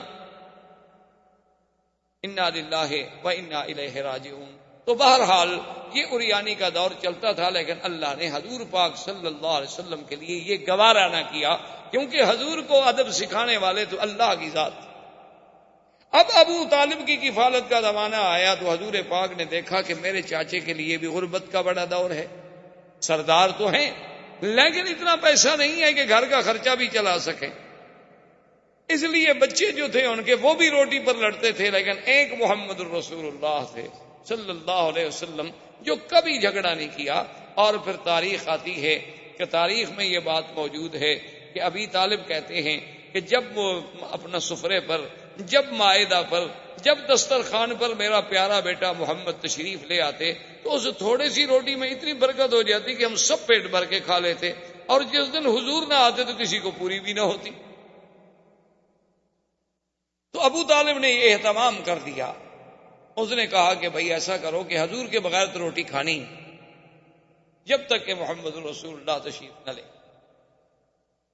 تو اب حضور صلی اللہ علیہ وسلم نے چاچا سے کہا کہ میں آپ کی مدد کرنا چاہتا ہوں اور آپ مجھے اجازت دیں کہ میں بھی کوئی کام کروں۔ تو انہوں نے کہا کہ بیٹا آپ کام نہ کریں۔ حضور نے فرمایا کہ نہیں، میں یہ برداشت نہیں کر سکتا کہ آپ کے بڑھاپے کا زمانہ ہے، اخراجات بہت زیادہ ہیں، اور اللہ نے مجھے الحمدللہ جوان بنایا ہے، تو میں کیوں نہ کام کروں۔ تو حضور نے بکریاں چرانی، اللہ قرارید کچھ پیسے مقرر ہو گئے، حضور بھی بکریاں لے کے تشریف لے جاتے باہر، ان کو چراتے، مزدوری کرتے۔ دراصل یہ بکریاں چرانا جو ہے یہ بھی اللہ کی طرف سے تربیت کا ایک حصہ تھا، اور ہر نبی نے بکریاں چرائی، یعنی یہ صفت صرف ہمارے آقا کی نہیں تھی، بلکہ اللہ کے جتنے انبیاء گزرے ہیں سب نے بکریاں چرائی۔ علماء نے لکھا اس میں حکمت تھی کہ تمام جانوروں میں سب سے زیادہ شرارتی جانور جو ہے بکری ہے۔ ایک منٹ میں پہاڑ پہ چڑھ جائے گی، ادھر بھاگ جائے گی، ادھر بھاگ جائے گی، ادھر بھاگ جائے گی، تو چرانے والے کے لیے ایک بہت بڑا امتحان ہوتا ہے۔ وہ لا رہا ہے، اچھا باقی جانور ہے ایک دفعہ آپ ہانک دیں گے بس چل پڑیں گے، لیکن یہ ادھر بھاگ رہی ہے، ادھر بھاگ رہی ہے۔ اور اس لیے حضرت موسیٰ علیہ السلام کا ایک دفعہ آتا ہے نا کہ ایک بکری کے پیچھے بھاگتے بھاگتے بھاگتے جب غصے میں آئے تو اسے بیت مارا، تو اللہ نے کہا کہ موسیٰ میرے بندے بھی تو میری فرمان سے بھاگتے رہتے ہیں، لیکن میں نے تو ان کو معاف کر دیتا ہوں، تو میں ایک بکری کو بھی معاف نہ کر سکتا؟ دیکھو میرے بندے بھی تو روزانہ میرے حکم سے کہاں بھاگتے ہیں، میں ادھر کہتا ہوں ادھر جاتے ہیں، میں مسجد کا کہتا ہوں ادھر چلے جاتے ہیں،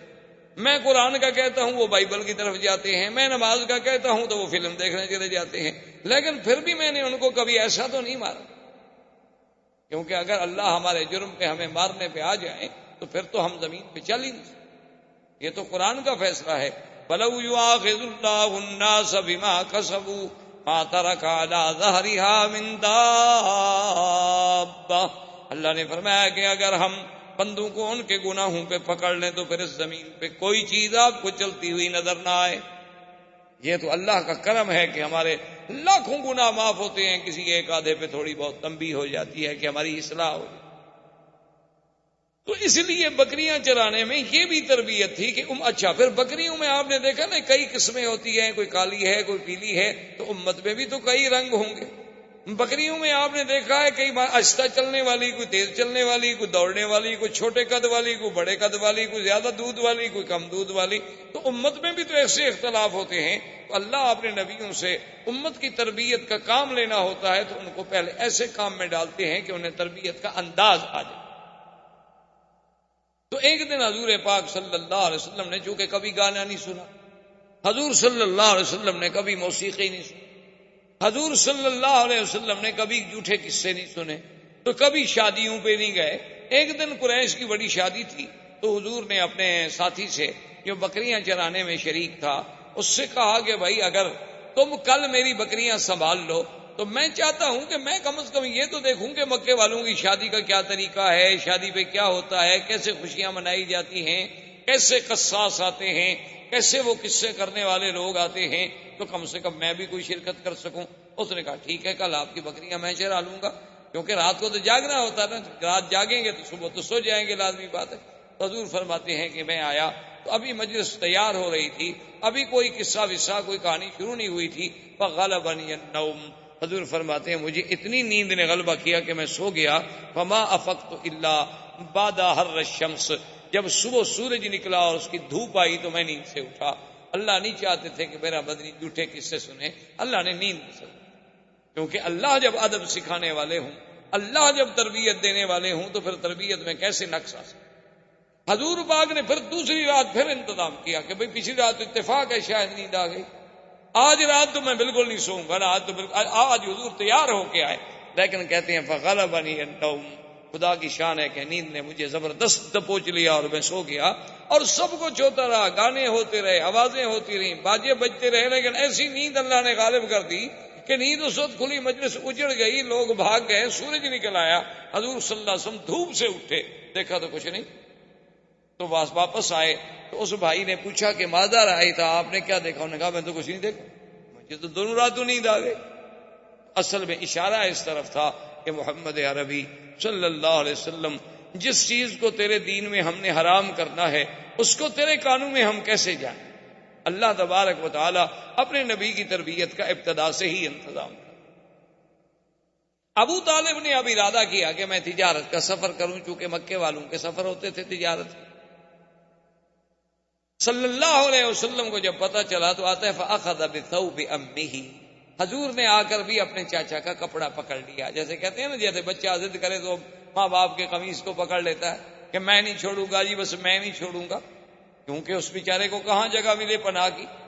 تو حضور صلی اللہ علیہ وسلم اخذ بثوب امہ، اپنے چاچے کے کپڑے کو پکڑ لیا، کہنے لگے کہ مجھے بھی آپ ساتھ لے جائیں. انہوں نے کہا اب سفر ہے، شام تک جانا ہے، اتنا طویل سفر ہے اونٹوں کا، میں تو آپ کی وجہ سے آپ کو نہیں لے جا رہا کہ آپ کو تکلیف ہوگی. انہوں نے کہا میں نہیں چاہتا کہ آپ اکیلے جائیں، میں ضرور جاؤں. فرض ابو طالب بھی راضی ہو گئے، کہا چلے. جب ابو طالب آپ کو قافلے میں لے کے چلے اور قافلہ تو خوب شام یعنی شام کے قریب پہنچا، جہاں سے شام کی ابتدا شروع ہو جاتی ہے، یعنی نشانیاں علامات امارات شروع ہو جاتی ہیں، تو وہاں ایک دیر تھا. دیر کہتے ہیں سومیا، جسے آپ کہہ لیں مندر یا عیسائیوں کا گرجا.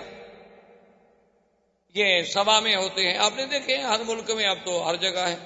عیسائیوں کے مثلاً ہندوؤں کے مندر کہلاتے ہیں، عیسائیوں کے کلیسا یا گرجا کہلاتے ہیں. اللہ کی شان ہے. ویسے اردو میں نام اس کا بڑا عجیب ہے، گرجا،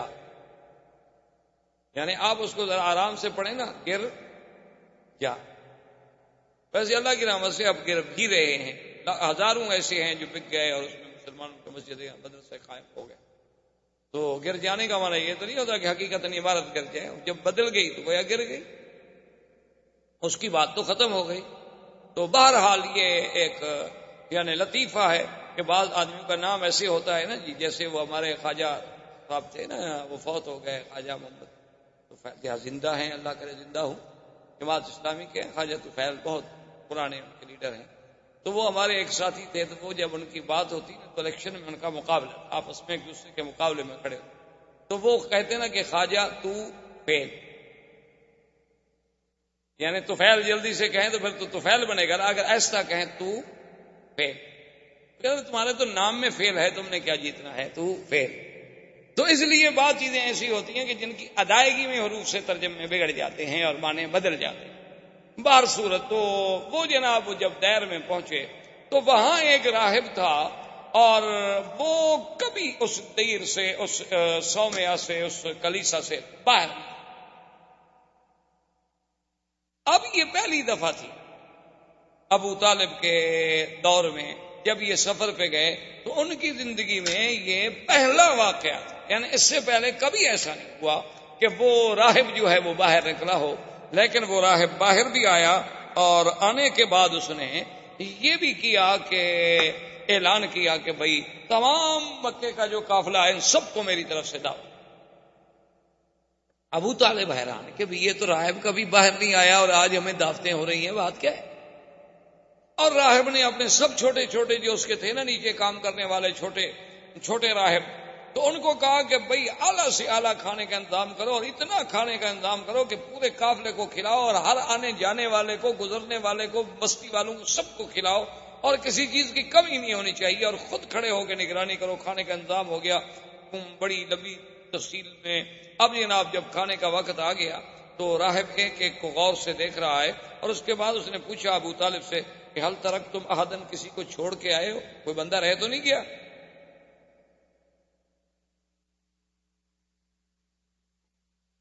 تو ابو طالب نے کہا کہ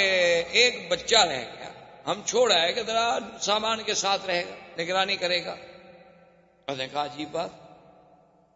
بھائی میں نے سب کو دعوت دی تھی، بچے کو چھوڑ آنے کا کیا مطلب؟ تو ابو طالب نے کہا کہ کوئی ایسی بات نہیں، وہ ہمارا اپنا بچہ ہے، ہم اس کے لیے کھانا لے جائیں گے. اس نے کہا ابو طالب کیا بات کر رہے ہو، جس کے لیے میں نے دعوت دی ہے اسی کو تو تم چھوڑ آئے. تم لوگ تو ہمیشہ یہاں سے گزرتے رہتے ہو، پہلے بھی میں نے کبھی تمہیں دعوت دی ہے. اب جب حضور صلی اللہ علیہ وسلم کو بلایا گیا تو اب وہ غور سے دیکھ رہا ہے کہ یہ کیسا بچہ ہے کہ جو آتا ہے تو بادل اوپر چل رہا ہے، آپ پر دھوپ نہیں پڑتی. جب آپ قریب آ گئے، بیٹھ گئے، ابو طالب سے پوچھا کہ من ہاذا، یہ کون ہے؟ انہوں نے کہا میرا بیٹا ہے. تو اس نے کہا کہ نہیں، تم جھوٹ بول، یہ تمہارا بیٹا نہیں. اس نے کہا میرا بیٹا ہے. اس نے کہا واللہ غضب تھا. اس نے کہا میں قسم کھاتا ہوں جھوٹ بول رہے، تمہارا بیٹا نہیں ہے. اس کا باپ اس وقت زندہ نہیں ہو سکتا. اس نے کہا بات یہ ہے کہ انہو ابن اخی، میرے بھائی کا جو بیٹا ہے تو وہ میرا ہی بیٹا ہوا. نے کہا نہیں، میں سیدھی بات کروں کہ اس کا باپ مر گیا. اس نے کہا ہاں اس کا باپ مر گیا. اس نے کہا ہاں پھر ٹھیک. اب اس نے حضور صلی اللہ علیہ وسلم سے کہا کہ آپ کا اسم گرامی، آپ نے فرمایا میرا نام محمد ہے. فرمایا اقسمک باللات والعزیٰ، میں تمہیں لات و عزیٰ کی قسم دیتا ہوں. حالانکہ وہ نصرانی تھے، وہ نہیں لات و عزیٰ کو مانتے، لیکن مکے والے چونکہ مانتے تھے نا لات و عزیٰ کو، اس لیے قاعدہ ہوتا ہے نا کہ جو آدمی جس کو مانتا ہو آدمی کہتا ہے یار چلو تمہیں اس کی قسم. تو اس نے کہا اقسمک باللات والعزیٰ، میں تمہیں لات و عزیٰ کی قسم دیتا ہوں کہ جو میں تم سے پوچھوں سچ بتاؤ. حضور نے فرمایا لا تقسمنی باللات والعزیٰ، خبردار مجھے پھر نہ کہنا لات و عزیٰ کی قسم. انی ابغضهم اشد البغض، ساری دنیا میں مجھے سب سے زیادہ بغض اگر ہے تو ان بتوں سے. اب ابو طالب بھی حیران ہے اور راہب بھی حیران ہے کہ اتنے جوش سے، اور ابھی تو حضور صلی اللہ علیہ وسلم کی ابتدائی عمر مبارک. تو اس نے کہا کہ اچھا محمد صلی اللہ علیہ وسلم ناراض، انی اقسمک باللہ، میں تمہیں اللہ کی قسم. آپ نے فرمایا فسا، اگر تم اللہ کی قسم دیتے تو پوچھو کیا پوچھو. اس نے کہا مجھے یہ بتاؤ تم نے کبھی خواب دیکھے ہیں؟ حضور نے فرمایا دیکھے. ان خوابوں میں تم نے کیا کیا دیکھا؟ حضور صلی اللہ علیہ وسلم نے کچھ باتیں بتلا دی. اس نے کہا حضور صلی اللہ علیہ وسلم سے کہ تم نے اپنے دوران رضاعت کے جو کچھ عرصہ مکمل کیا اس کے بعد بھی کوئی واقعہ پیش آیا؟ تو آپ نے فرمایا ہاں ایسے آیا تھا کہ میرا سینہ مبارک کھولا گیا. کیا نہیں وہ واقعہ حضور صلی اللہ علیہ وسلم. تو اس نے کہا کہ یا محمد ہے تو بڑی گستاخی، لیکن میں مجبور، اگر تم مجھے اجازت دو تو میں تمہاری پشت دیکھ سکتا ہوں. تو آپ نے فرمایا کوئی بات ہو، جب تم نے مجھ سے اللہ کے نام پر کہا ہے تو دیکھو. جب آیا تو اس نے دیکھا کہ بین کتفیہ، دو کندھوں کے درمیان میں ایک جگہ جو تھا نا جی ایسے یعنی وہ گوشت کا حصہ مبارک تھا جیسے ایک مہر مبارک ہو اس کا، اور اس کے اوپر بھی بال، اس ٹکڑے پر، اس گوشت کے اس ٹکڑے پر بھی بال مبارک تھے. بلکہ حدیث میں ایسے آتا ہے کہ عرف الدیک، حدیث مبارک میں یہ لفظ بھی موجود ہیں کہ ان بالوں کی ترتیب بھی ایسی تھی جیسے مرغے کے اوپر آپ نے دیکھا نا جی اس کے اوپر جو بال کھڑے ہوتے ہیں بڑے ترتیب میں، اسی طرح وہ بال مبارک تھے. اور ادھر ادھر اس کے خال تھے، اس سیاہ تل جسے آپ کہتے ہیں، اس کے ارد گرد تل تھے. جب اس نے دیکھا فقبل یدیہ ورجلہ، وہ تو حضور کے پاؤں پہ گر گئے. اس نے ہاتھ چومے، پاؤں چوما. اس نے کہا ھذا نبی ھذہ الامہ. اس نے کہا ابی طالب ایک بات سنو، ان کو شام مت لے جاؤ. اگر تم ان کو شام لے گئے وہاں یہود ہیں اور یہود ان کو پہچان لیں گے اور یہود ان کو قتل کر دیں گے. ان کو فوراً مکے واپس بھیج دو. یہ نبی ھذہ الامہ، اس امت کا نبی پیدا ہو گیا، تم تو بڑی شان والے آدمی. تو ابی طالب نے کہا کہ اچھا. اب اس کے بعد جب دعوت ختم ہو گئی اور حضور صلی اللہ علیہ وسلم تشریف لے آئے تو جب درخت کے نیچے جا کے بیٹھنے لگے تو اس راہب نے ابو طالب سے کہا کہ درخت کی ٹہنیوں پہ غور کرو.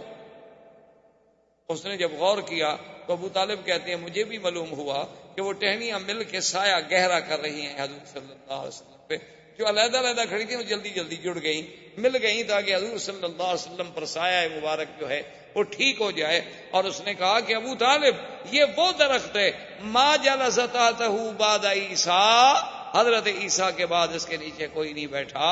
اور عیسیٰ علیہ السلام نے کہا تھا کہ لا یجلس تحتہ الا نبی، اس کے نیچے کوئی نہیں بیٹھے گا مگر ایک نبی آئے جو آ کے بیٹھے گا. یہ وہ درخت ہے، خدا کے لیے انہیں جلدی مکے بھیج. ابو طالب راضی ہو گئے، انہوں نے حضور صلی اللہ علیہ وسلم کو جلدی سے مکے میں، لیکن اپنا سفر جو ہے وہ برقرار رکھا کہ بھی آخر میں اتنا سفر کر کے آ چکا ہوں، شام کے قریب پہنچ چکا ہوں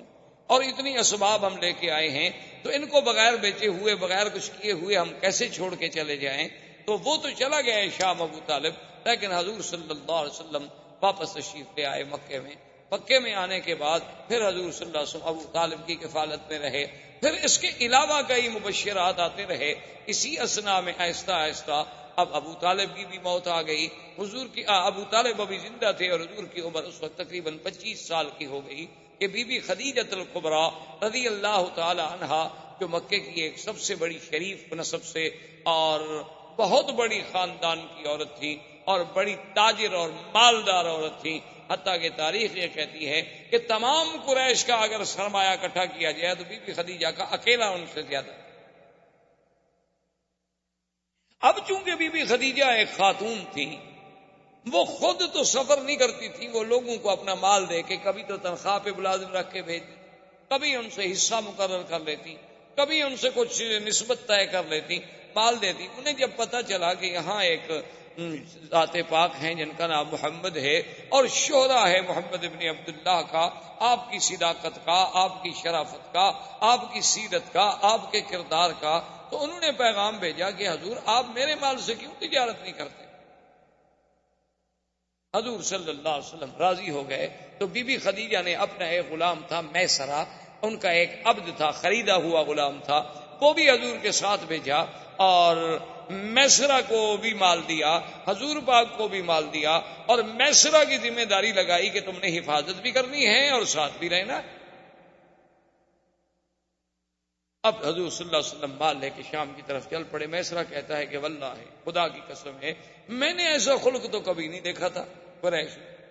وہ تو ہم غلاموں کو غلام سمجھتے تھے کہ دور بیٹھو کام کرو، لیکن محمد مصطفیٰ کھانا میرے ساتھ کھا رہے ہیں، پانی میرے ساتھ پی رہے ہیں، اور مجھ سے ایسی باتیں کر رہے ہیں جیسے میں بالکل آپ کا کوئی ایک عزیز ہوں۔ اتنی کرم، اتنی محبت، اتنا۔ اور پھر حضور شام آئے، مال بیچا، پھر مال بیچنے کے بعد میسرہ سے کہا کہ بھی پیسے لے کے جو ہم واپس جائیں، کیوں جائیں، یہاں سے مال خرید لو، وہ مکے میں بیچ دیں گے۔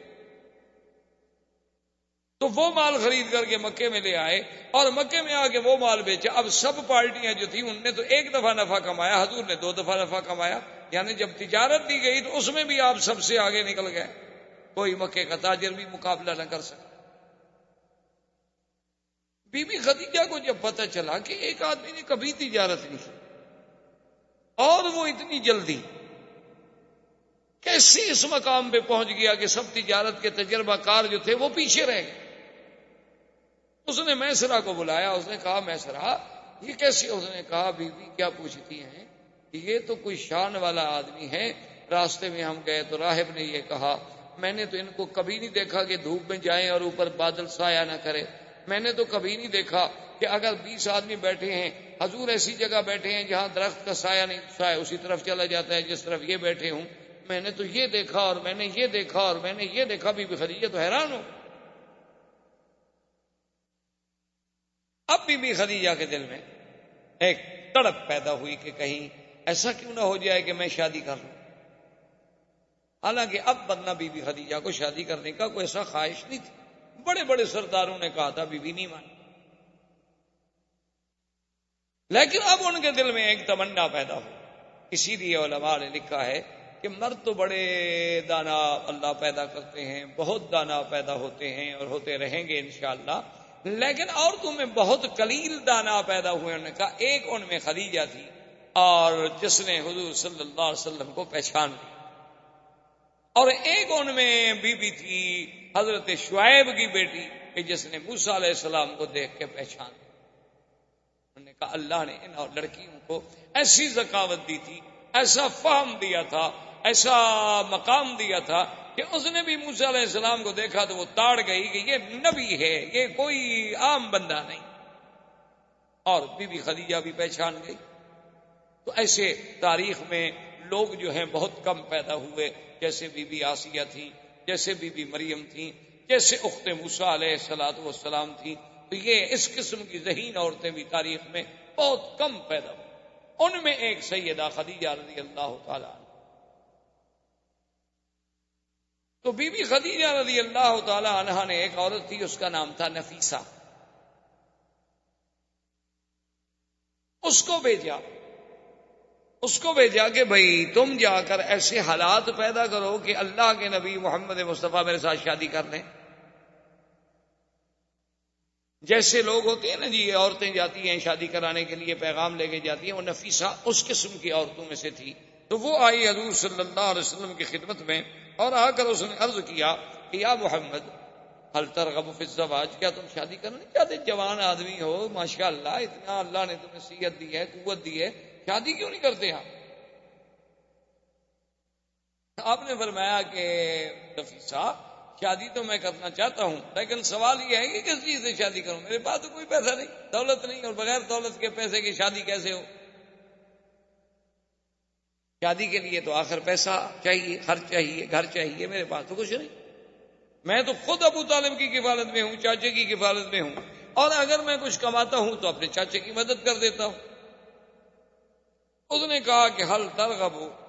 فی المال والجمال والنسب، انہوں نے کہا کہ محمد مصطفیٰ صلی اللہ علیہ وسلم، کیا آپ چاہتے ہیں کہ میں ایک ایسی عورت جس میں جمال بھی ہو، مال بھی ہو اور نسب بھی، تینوں چیزیں جمع ہوں؟ کے بعض عورتیں جو ہیں جمال تو بڑا ہوتا ہے، خوبصورتی بڑی ہے، لیکن خاندان اچھا نہیں۔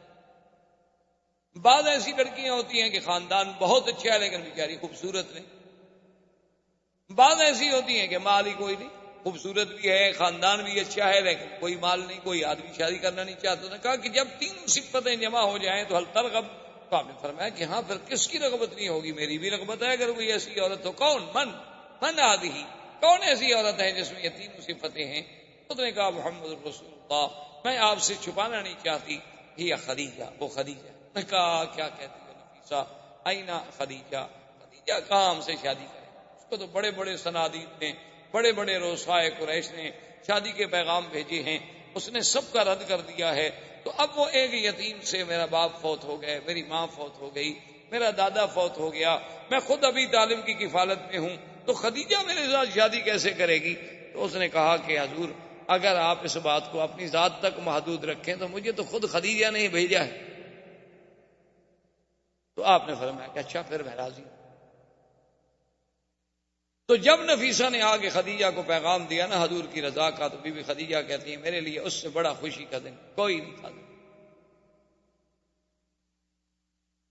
کیونکہ پہلے میں حالات تو سن چکی اور میں ساری علامات سے کسی نتیجے پر تو پہنچ چکی تھی کہ یہ کوئی نرالی شان والا بیٹا بچہ ہے، جوان ہے۔ تو بی بی خدیجہ راضی ہوئیں۔ حضور صلی اللہ علیہ وسلم ابو طالب اپنے چچا اور سیدنا حمزہ رضی اللہ تعالی عنہ کو لے کر تشریف لے آئے بی بی خدیجہ کے پاس۔ تو بی بی خدیجہ نے ورقہ ابن نوفل، عمر ابن اسد ابن عزہ جو اس کے قریبی رشتے دار تھے ان کو بلایا، تو حضور صلی اللہ علیہ وسلم کا نکاح ہوا اور خطبہ پڑھا ابی طالب۔ خطبہ نکاح جو ہے وہ ابو طالب نے پڑھا، اور اس کے بعد جو دوسرا خطبہ ہے پھر وہ ورقہ ابن نوفل نے پڑھا تعریف کے لیے، یعنی خطبہ نکاح تو پڑھ لیا ابو طالب نے، گواہ موجود تھے، لیکن ورقہ ابن نوفل نے پھر تعریف محمد رسول اللہ صلی اللہ علیہ وعلا آلہ واصحابہ وسلم تسلیما کثیرا کثیرا کی شان میں خطبہ پڑھا کہ یہ بچہ جو ہے، یہ نوجوان جو ہے، اس کی کوئی نرالی شان ہے، اس میں ہم نے یہ وصف دیکھی، یہ وصف دیکھی۔ اور اس نے کہا خدیجہ میری رائے میں، میری تحقیق میں اس وقت دنیا کی سب سے زیادہ خوش قسمت اگر کوئی خاتون ہے تو تم ہو، کہ آج تمہاری قسمت میں محمد رسول اللہ ہے صلی اللہ علیہ وسلم۔ اس وقت حضور کی عمر مبارک 25 سال تھی اور بی بی خدیجہ کی عمر 40، اور آپ سے پہلے وہ 2 شوہروں سے شادی کر چکے۔ اللہ کی شان ہے کہ حضور صلی اللہ علیہ وسلم کو جو اللہ نے اولاد دی ہے تقریباً ماں سوائے ایک بچے کے سب جو ہیں وہ بی بی خدیجہ سے۔ حضور صلی اللہ علیہ وسلم کے بیٹے جو بی بی خدیجہ سے پیدا ہوئے عبداللہ، پہلا بچہ جو پیدا ہوا اس کا نام تھا القاسم، دوسرا بیٹا جو پیدا ہوا اس کا نام تھا عبداللہ۔ بعض لوگوں کو بڑی غلطی لگتی ہے، وہ کہتے ہیں حضور کے بیٹوں کا نام شاید طیب بھی تھا اور طاہر بھی تھا، یہ طیب طاہر آپ کے بیٹوں